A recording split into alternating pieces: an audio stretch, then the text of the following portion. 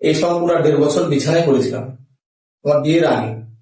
পরে ভালো হইলো, বিয়ে করলাম, করার পরে একটা মেয়ে হইলো, হওয়ার পরে 4 বছর পরে আবার এই পায়ে নিয়ে কিনলাম, 2.5 বছর বিছানায়।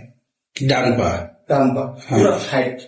প্রথম যখন মানে এটা প্যারালাইজড মতো হয়ে যায়, পুরো অবশ হয়ে যায়।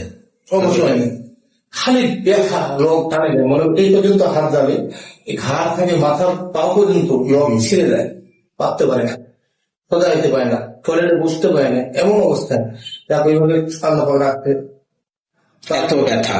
ব্যথা মানে কি, মনে সিং মাছ হয় একটা ভিতরে কিন্তু আছে, রোগ জড়াই গেছে একবারে। আর এই জায়গায় কামড় দেয়, মনে হয় যে 8টা কামড় দেয়, তো মনে হয় যে পৃথিবীর সব ভুলে যাবে। আচ্ছা, এটা কি সুই যেভাবে করে এমন ব্যথা, তাই না? ব্যথা। আচ্ছা আচ্ছা আচ্ছা। তো পরে তখন খুঁজতে খুঁজতে খুঁজতে খুঁজতে সেই কবিরাজি প্রথমে ভালো করলো, এবার ভালো করতে পারে না, কয় যে ইচ্ছাকৃত মারার জন্য করে, কিন্তু আল্লাহ হায়াত রাখছে, মারতে পারে না। তা যাই করতো, এই কঠিন ভাবে জাদুটোনা খারাপই জানে। বুঝতে পেরেছি।